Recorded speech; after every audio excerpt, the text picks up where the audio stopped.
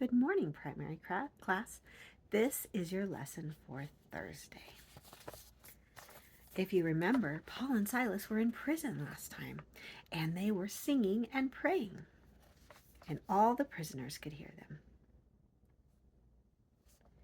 Paul and Silas were in a dark prison cell, and they were singing and praying.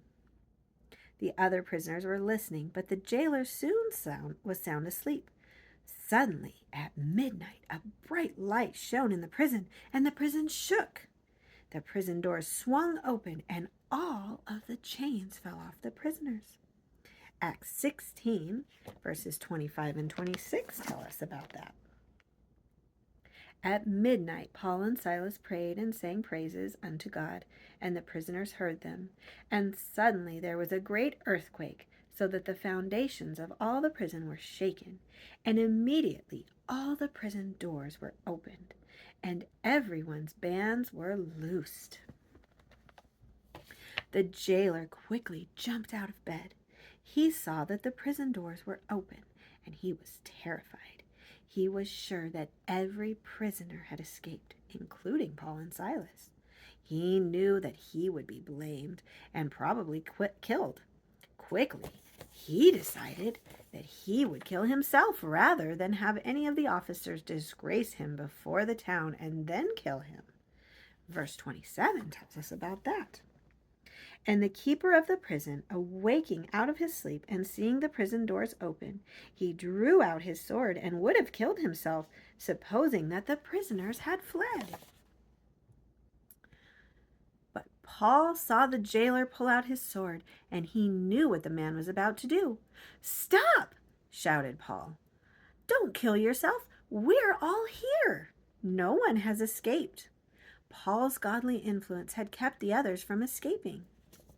Verse 28 tells us that, "But Paul cried with a loud voice, saying, 'Do thyself no harm, for we are all here.'"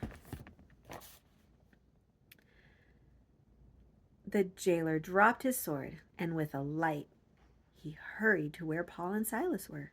Trembling, he fell on his knees, begging them to please forgive him for hurting them so badly. Verse 9 tells us about that. Then he called for a light and sprang in and came trembling and fell down before Paul and Silas. Then the jailer took Paul and Silas outside. Just a few minutes before, he was about to kill himself, but now other thoughts were rushing through his mind. He wanted to know how the powerful God who had sent the earthquake had kept the prisoners from running away. He wanted to know the God who made Paul and Silas able to sing and pray, even though they were hurting so much. What did he ask Paul and Silas? How did they answer him? Verses 30 and 31 tell us all about it.